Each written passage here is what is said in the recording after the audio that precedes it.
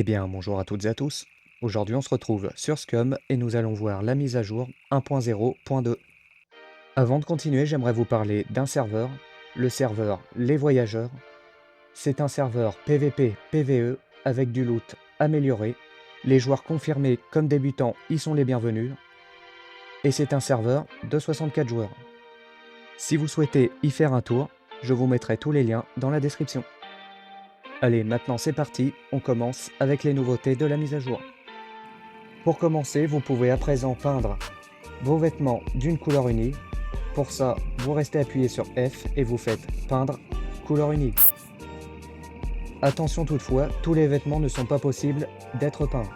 Je prends l'exemple du casque Cassis. Si je reste appuyé sur F, vous voyez que je n'ai pas l'option pour le peindre. En revanche, le casque de combat, je reste appuyé sur F et j'ai l'option peindre. Vous pouvez également retirer une peinture d'un vêtement en restant appuyé sur F et retirer peinture.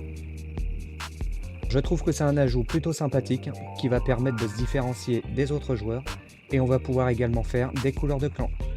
Je pense qu'il doit y avoir quelques petits bugs avec les vêtements pour la teinture, car regardez, quand j'appuie sur F ici, je ne peux pas le peindre. Je vais le mettre sur moi. Je vais aller dans le coffre. Je vais mettre mon gilet. Et je vais le retirer pour le mettre au sol. Et là, regardez. Je peux à présent le peindre. Donc, si jamais vous avez un problème de teinture avec vos vêtements, essayez de faire cette technique et peut-être que ça va corriger le problème.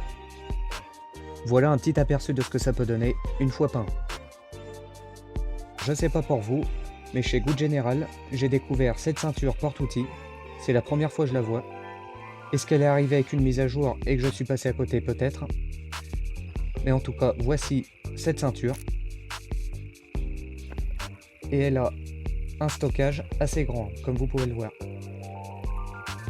De nouvelles armes ont également fait leur apparition, à commencer par le Tomahawk, que vous allez pouvoir fabriquer.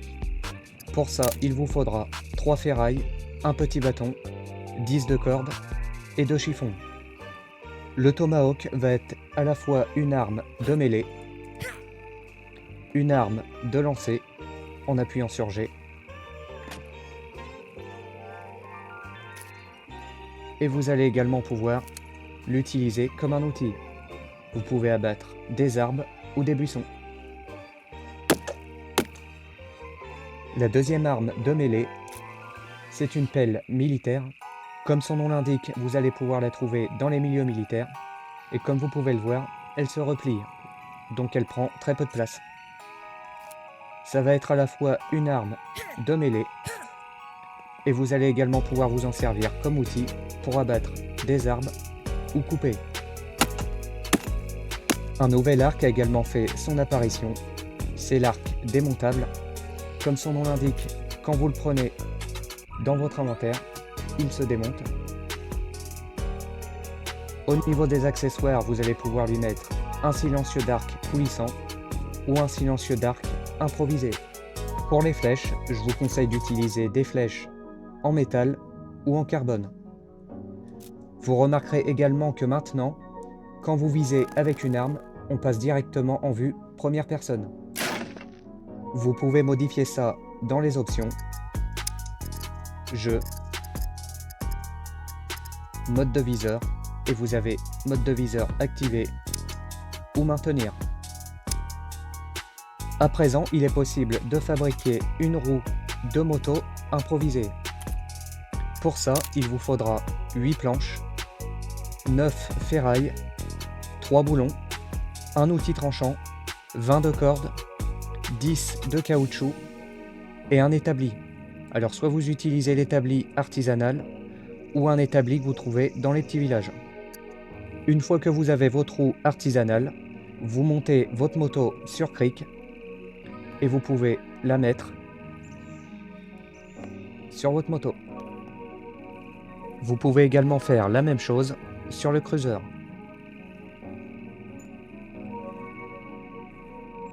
Autre ajout assez sympa, vous pouvez à présent manger ou boire assis, que ce soit au sol ou dans votre véhicule.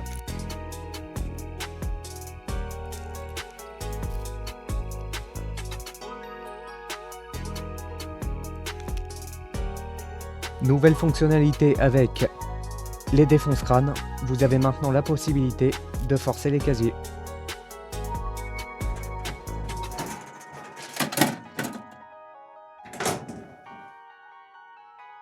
Autre fonctionnalité qui a été ajoutée avec cette mise à jour, ce sont les quêtes limitées dans le temps.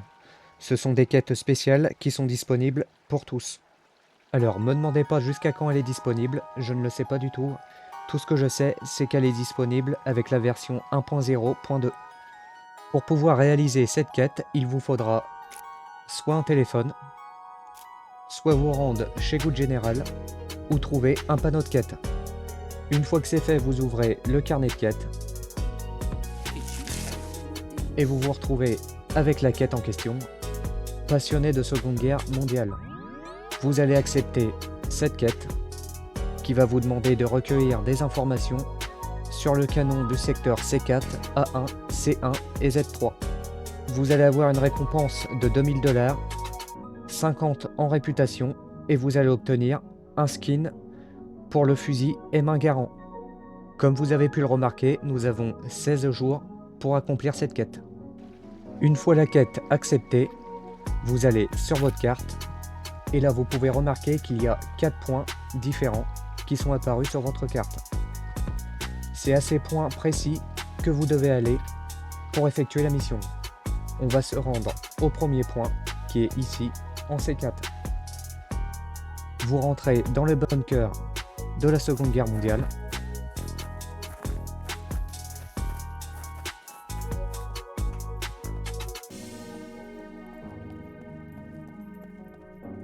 Et vous allez au niveau du canon pour effectuer la mission. On va à présent passer au secteur C1 qui se trouve juste ici. Je suis arrivé en C1, juste là, et le canon se trouve juste ici.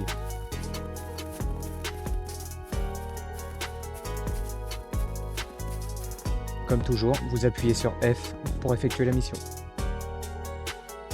Je suis à présent arrivé dans le secteur A1, juste ici. Une fois de plus, on descend dans le bunker de la Seconde Guerre. Et vous validez la quête avec F. Et enfin, nous avons le dernier secteur qui se trouve en Z3, juste ici. Encore une fois, vous descendez dans le bunker et vous allez au canon.